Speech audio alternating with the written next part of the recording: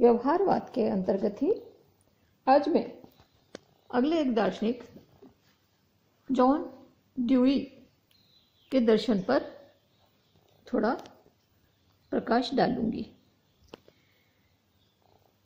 व्यवहारवाद 19वीं शताब्दी के अंत में अमेरिका में एक क्रांतिकारी दार्शनिक संप्रदाय के रूप में उत्पन्न हुआ था। वैसे ग्रीक दर्शन से लेकर के आधुनिक युग तक ऐसे अनेक दार्शनिक हैं जिनके दर्शन में व्यवहारवादी विचार हमें दिखते हैं। जैसे ग्रीक युग में हेराक्लिटस, सोफिस्ट, सुकरात और अरस्तु के दर्शन में ये मिलता है, और आधुनिक युग में पाश्चात्य दर्शन में जॉन लॉक, जॉर्ज बर्कले और डेविड ह्यूम के साथ साथ इमैनुअल कांट के दर्शन में भी ये विचार मिलते हैं। समकालीन अमेरिकी व्यवहारवाद में हम देखते हैं कि चार्ल्स एस पेयर्स ने इसकी स्थापना की, लेकिन जैसे कि मैं पिछले लेक्चर में बता चुकी हूं कि ड्यूई और जेम्स ने इसे आगे बढ़ाने का काम बखूबी पूरा किया। व्यवहारवाद शब्द की उत्पत्ति को अगर हम देखें तो ये जो प्रैग्मेटिज्म है, ग्रीक शब्द प्रेग्मा से निकला है। प्रेग्मा शब्द का अर्थ होता है क्रिया, एक्शन। इसी शब्द से व्यवहार यानी कि प्रैक्टिस और व्यवहारिक यानी कि प्रैक्टिकल शब्द बने हैं, इसीलिए इसे व्यवहारवाद कहते हैं। देखा जाए तो इसी आधार पर व्यवहारवाद वह दार्शनिक सिद्धांत है जो किसी भी विचार की सत्यता की कसौटी उसकी व्यवहारिक लाभदायकता को मानता है।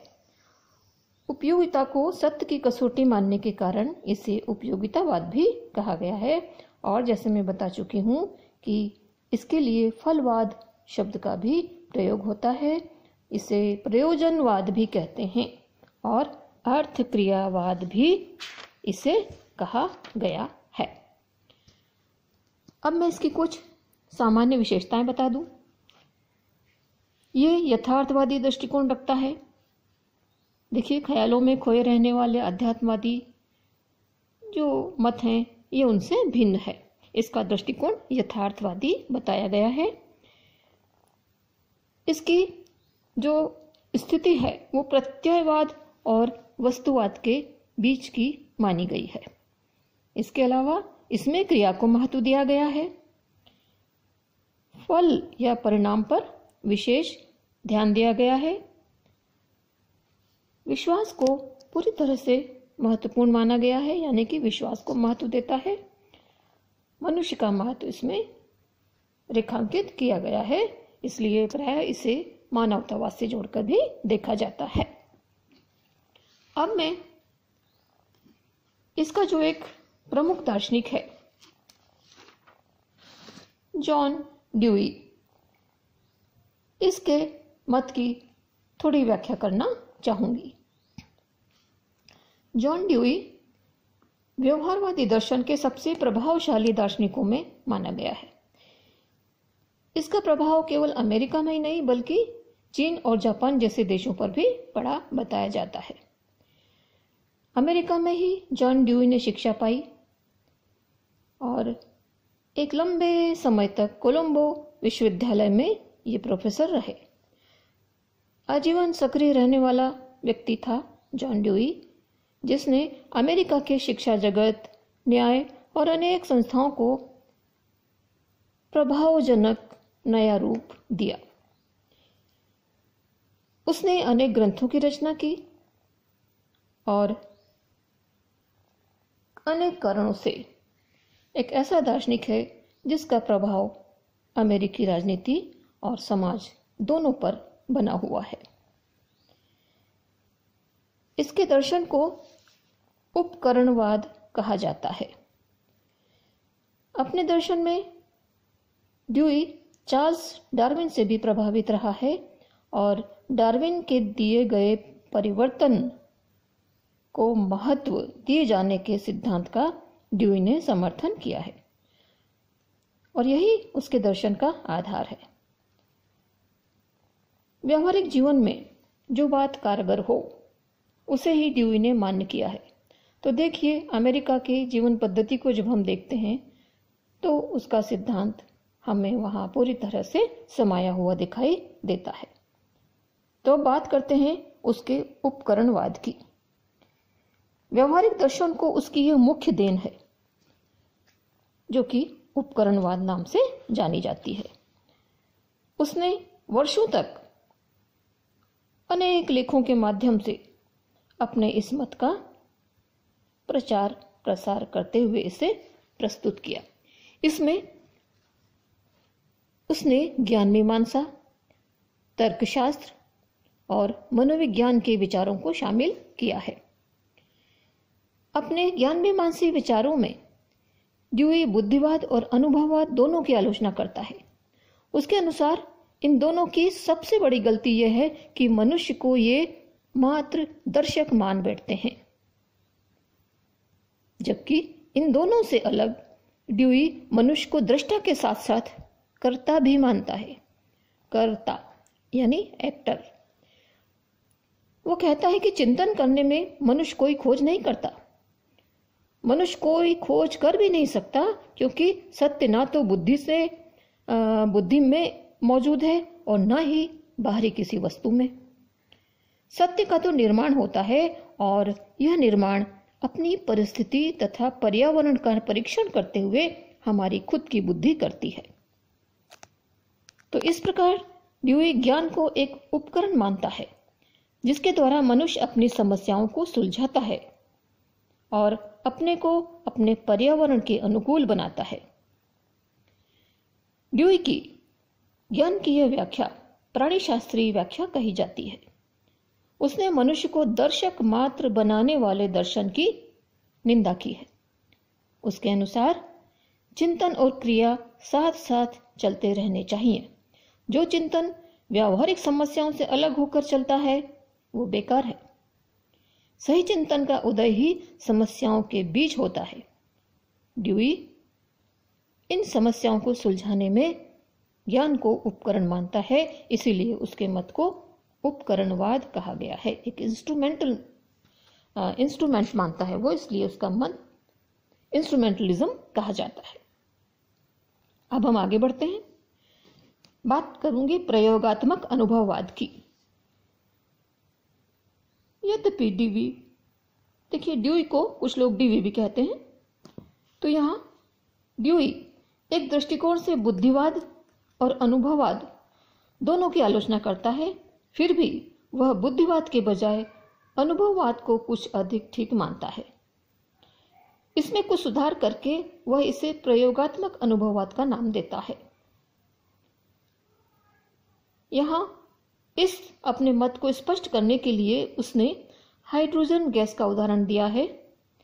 वह कहता है कि हाइड्रोजन गैस को नाक, जीभ आदि के पास ले जाने पर कोई प्रतिक्रिया नहीं होती, लेकिन एक जलती हुई तीली उसके पास ले जाएं तो एक चमकदार लौ उत्पन्न होती है।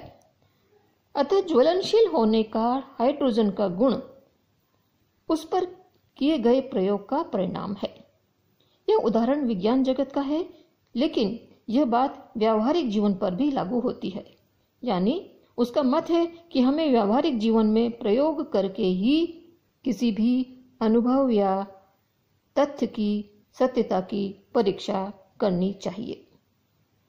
इससे उसका यह भी तात्पर्य है कि किसी भी वस्तु का कोई पूर्व निश्चित गुण नहीं होता कि जिसका हम अपनी बुद्धि या अनुभव से ज्ञान प्राप्त कर सकें, बल्कि किसी वस्तु की प्रकृति या स्वरूप का पता हमें उस पर किए गए प्रयोगों के परिणाम से ही लग सकता है। तो अब आगे जाते हैं हम शिक्षा की बात करें। यह ध्यान देने की बात है कि ड्यूई ने शिक्षा के क्षेत्र में बेहद काम किया है, सकारात्मक काम किया है और सराहनीय भी।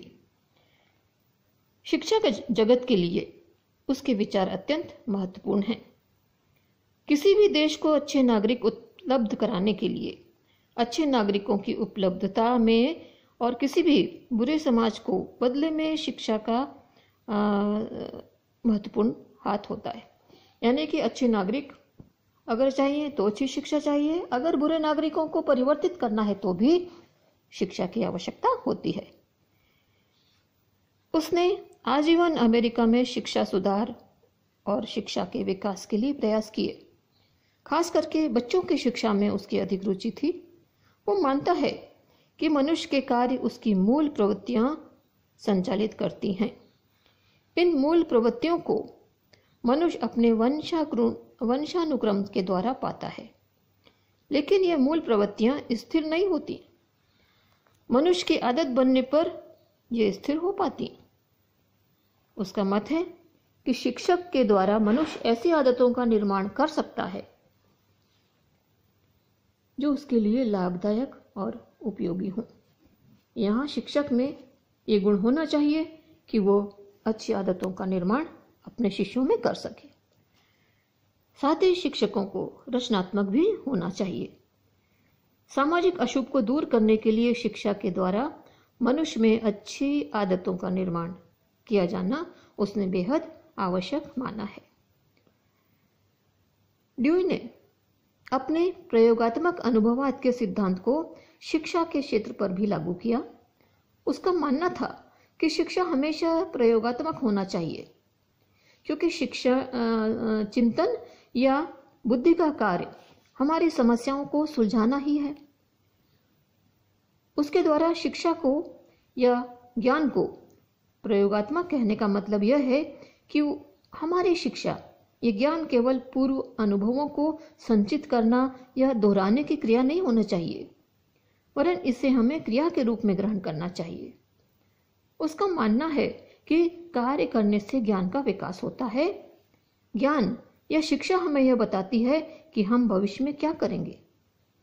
बच्चों को ऐसी शिक्षा नहीं मिलनी चाहिए कि वह केवल पढ़कर या सुनकर बौद्धिक ज्ञान मात्र प्राप्त करें, वरन वे स्वयं वस्तुओं पर प्रयोग करके, उनका स्पर्श करके, उनका अनुभव करके उनकी व्यावहारिक उपयोगिता को समझें। ऐसी शिक्षा ही व्यक्ति के साथ ही साथ सामाजिक और राजनीतिक दोनों ही सुधारों के लिए जरूरी है। तो शिक्षा के क्षेत्र में उसका बेहद योगदान माना जाता है। अमेरिका आज भी उसके शिक्षा के सिद्धांतों को अपनाता है। अब मैं आगे बढ़ती हूँ। सत्य एवं मूल्य की बात वो करता है। सत्य के संबंध में ड्यूई के विचार उसके पूर्ववर्ती व्यवहारवादी दार्शनिक पियर्स और जेम्स से मिलते जुलते हैं। वह भी सत्य को अपरिवर्तनशील, सार्वभौम और निश्चित मानने का विरोधी है। सत्य का पता हमें केवल प्रयोगों से ही चल सकता है। सत्य के निश्चय के लिए ड्यूई ने उपयोगितावादी कसौटी प्रस्तुत की है, अर्थात सत्य वही है जो मानव जीवन के लिए उपयोगी हो। ईश्वर का अस्तित्व सत्य है यदि वह किसी के लिए उपयोगी हो। देखिए, यही बात विलियम जेम्स भी मानता है। अब मूल्य के बारे में भी उसका मत है कि मूल्य स्थिर एवं शाश्वत नहीं होते। वह मानता है कि जिस प्रकार हमारी बुद्धि पर्यावरण में परीक्षा करते हुए सत्य का निर्माण करती है, वैसे ही वह मूल्यों का भी निर्माण करती है। ये मूल्य समय समय पर बदलते रहते हैं। सामाजिक परिस्थितियों के परिवर्तन आदि का भी इन पर पूरा प्रभाव पड़ता है। फिर भी ड्यूई यह मानता है कि मूल्य हमेशा परिवर्तित नहीं होते रहने चाहिए। इसमें कुछ स्थिरता जरूर होनी चाहिए, केवल ये रूढ़ी ना बन जाएं, इसका हमें पूरा ध्यान रखना चाहिए। मूल्य के संबंध में ड्यूई उपयोगितावादी कसौटी ही प्रस्तुत करता है। उसके अनुसार मूल्य वे हैं जो हमें हमारे लक्ष्यों तक पहुंचाने में मदद करें। नैतिकता की कसौटी हमारी इच्छाओं की पूर्ति में सहायक होती है, या हम कह सकते हैं कि जो चीज़ नैतिक है उसे ही हम नैतिक मानेंगे कि जो हमारी इच्छाओं की पूर्ति में सहायक हो, मददगार हो। मूल्य के लिए संतोष देना आवश्यक है, किंतु ड्यूई उपयोगितावादी सुखवाद का समर्थन नहीं करता। सुखवाद, जो कि उपयोगितावादी सुखवाद जिसे हम कहते हैं, उसमें अधिकतम मनुष्यों के अधिकतम सुख को कसौटी माना गया है। ये मत ड्यूई का नहीं है। वह इसके साथ यह भी जोड़ता है कि हमें चुनाव करने के पहले अपनी इच्छाओं पर आलोचनात्मक रूप से विचार कर लेना चाहिए। पहले हमारी बुद्धि उन परिणामों पर विचार करे जो हमारी इच्छाओं की पूर्ति के बाद हमें मिलने वाले हैं। इस प्रकार मूल्य केवल इच्छाओं की पूर्ति में ही नहीं, वरन हमारी इच्छाएं हमारी समस्याओं को कितने संतोषप्रद रूप से सुलझा सकती हैं, इस बात में निहित है। तो मूल्य और सत्य का उसका यह सिद्धांत उसे पूरी तरह से व्यवहारवादी सिद्ध करता है। व्यवहारवाद ने हर कदम पर मानव के लिए जो आवश्यक है, जो व्यवहारिक रूप से सत्य है, उसको मंजूर किया है। तो अब हम व्यवहारवाद की थोड़ी सी प्रासंगिकता पर विचार करें। इसकी क्या प्रासंगिकता है? क्या कारण है कि व्यवहारवाद अमेरिका के जीवन में छाया हुआ है, समाया हुआ है, बसा हुआ है? और जब हम भी देखते हैं इसे तो हमें लगता है कि ये वास्तव में कुछ न कुछ उपयोगी तो है। देखिए, किसी उस दर्शन को हम माने कि जो केवल सिद्धांतों की बात करता हो और हमारे व्यावहारिक जीवन में वो खरा न उतरता हो, तो ऐसे दर्शन की आवश्यकता हमें क्यों? दर्शन का लक्ष्य जो था वह मनुष्य को बेहतर मनुष्य बनाने के लिए था, उसके विश्व को बेहतर बनाने के लिए था। ऋषियों ने यूं ही दर्शन की शुरुआत नहीं कर दी थी। दर्शन मूल रूप से मनुष्य के लिए है, तो उस दर्शन को ऐसा होना ही चाहिए कि वो उसकी जीवन की समस्याओं को सुलझा सके। और व्यवहारवाद इस काम को बखूब अंजाम देता है। व्यवहारवाद के द्वारा मनुष्य की समस्याओं को इतना महत्व दिए जाने के कारण ही ये केवल अमेरिका में ही नहीं बल्कि अन्य देशों में भी अपनी उपस्थिति दर्ज करा चुका है। न केवल दर्शन के क्षेत्र में बल्कि मानवीय जीवन के प्रत्येक क्षेत्र में ये महत्वपूर्ण माना गया और इसमें मानवीय जीवन के प्राय प्रत्येक क्षेत्र को प्रभावित करने का मादा है। जैसे शिक्षा के क्षेत्र में व्यवहारवादी दार्शनिक अपना प्रशंसनीय योगदान रखते हैं। हम ड्यूई की बात करें तो कानून के क्षेत्र में वकीलों पर भी इसका प्रभाव पड़ा है।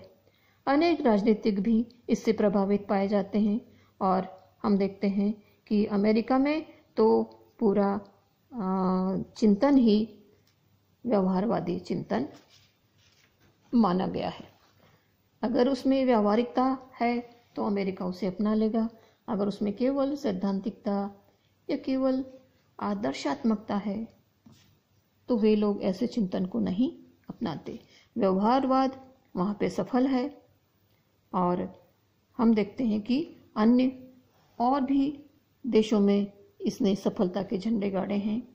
इसकी व्यावहारिकता के कारण, इसकी उपयोगिता के कारण आज समकालीन दर्शन में इसको पूरी मान्यता मिली हुई है। और हम देखते हैं कि व्यवहारवाद ने जीवन की हर समस्या पर ध्यान दिया है, हर समस्या पर विचार किया है और इसके लाभप्रद परिणाम निकाले हैं। तो व्यवहारवादी दावा करते हैं कि वे एक नई विचारधारा का निर्माण कर रहे हैं और उनका यह दावा दंभ मात्र नहीं है बल्कि सही है, क्योंकि वर्तमान में मनुष्य को ऐसा ही जीवन दर्शन चाहिए जो उसे व्यावहारिक धरातल पर भी संतुलित रूप से खड़ा कर सके। हालांकि इसकी अनेक आलोचनाएं हुई हैं, लेकिन अभी आज के लिए इतना मात्र काफी है।